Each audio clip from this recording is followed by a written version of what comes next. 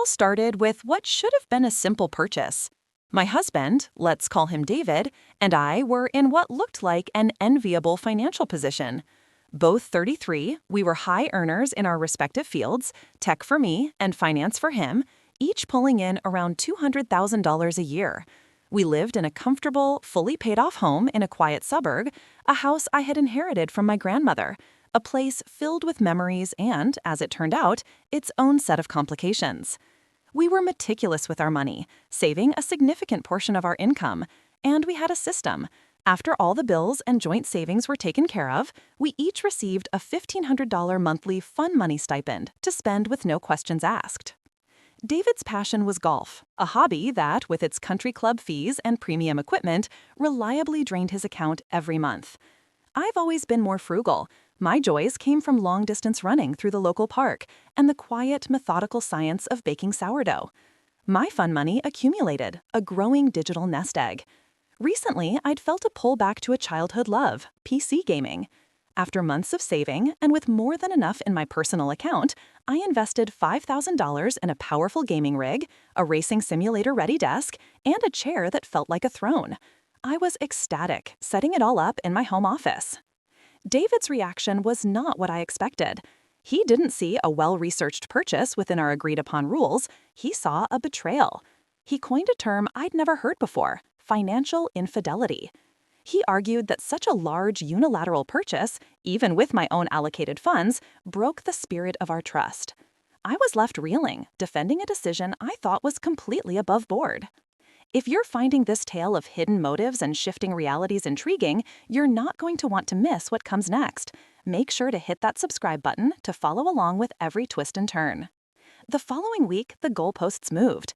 He sat me down and confessed the gaming setup was just a symptom. The real disease, he said, was my lack of professional ambition. While he was on the fast track to an executive suite, I was just a senior software developer, content with my high salary, but without the hunger for a C-level title. He also wanted a different kind of wife at home. He critiqued my casual after-work attire, my simple, healthy weeknight dinners. He wanted elaborate, multi-course meals, a formally set table every night, and for me to be dressed as if we were heading to a gala, not decompressing after a 10-hour workday. It felt like a bizarre critique plucked from a corporate wife handbook from a bygone era. A deep-seated suspicion began to gnaw at me. I decided to run an experiment, not to win him back, but to prove a point to myself. That weekend, I became the wife he claimed he wanted. I spent Saturday at an upscale salon for a full transformation. I went to the farmer's market, bought fresh flowers and gourmet ingredients, and spent hours preparing a lavish steakhouse dinner at home. Lobster bisque, filet mignon, the works. I wore a designer dress and heels. His response was a muted, "Thanks, it was tasty," followed by him retreating to the living room while I cleaned. Sunday brunch was a repeat performance. When I finally asked him, point blank, if this was the life he envisioned, he looked at me with something akin to disdain and said I was acting entitled for wanting credit for basic adulting. Then he dropped the bomb that shattered our 12-year foundation. He told me he'd been so critical because he'd come to see me as a low-value woman. The words hung in the air, ugly and incomprehensible. And what was the source of this so-called low value? I had not been a virgin when we met at 21 years old. We were in college. Neither of us had made any claims to chastity. He had never, in over a decade, mentioned it. He then calmly informed me that due to this inherent deficit, I didn't deserve his monogamy or equal treatment. He revealed he had connected with a younger woman from his office, and that if I wanted to salvage our marriage, I had a lifetime of making it up to him ahead.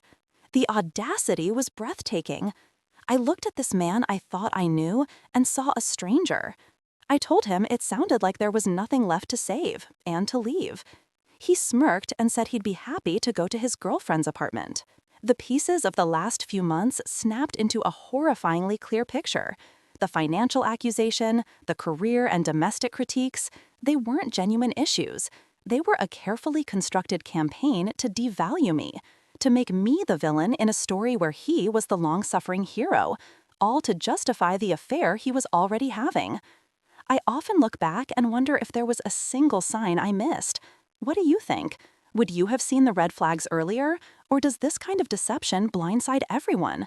Let's talk about it in the comments. The aftermath was a whirlwind of practical, soul-saving actions. I took a week of personal leave. My first call was to a ruthless divorce attorney recommended by a friend. I secured my finances, moving funds into new, individual accounts as advised. David moved out to live with his affair partner, Chloe. I packed his belongings myself with a friend for moral support and hired movers to deliver them. I changed the locks, and then, in a cathartic act of reclaiming my space, I donated the entire master bedroom set, the bed, the dressers, everything. I couldn't bear the energy of our shared life in that room anymore. The aftermath was a whirlwind of practical, soul-saving actions. I took a week of personal leave.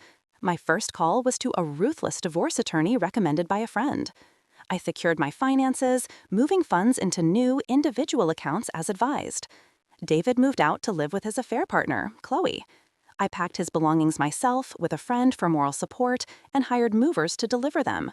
I changed the locks, and then, in a cathartic act of reclaiming my space, I donated the entire master bedroom set, the bed, the dressers, everything.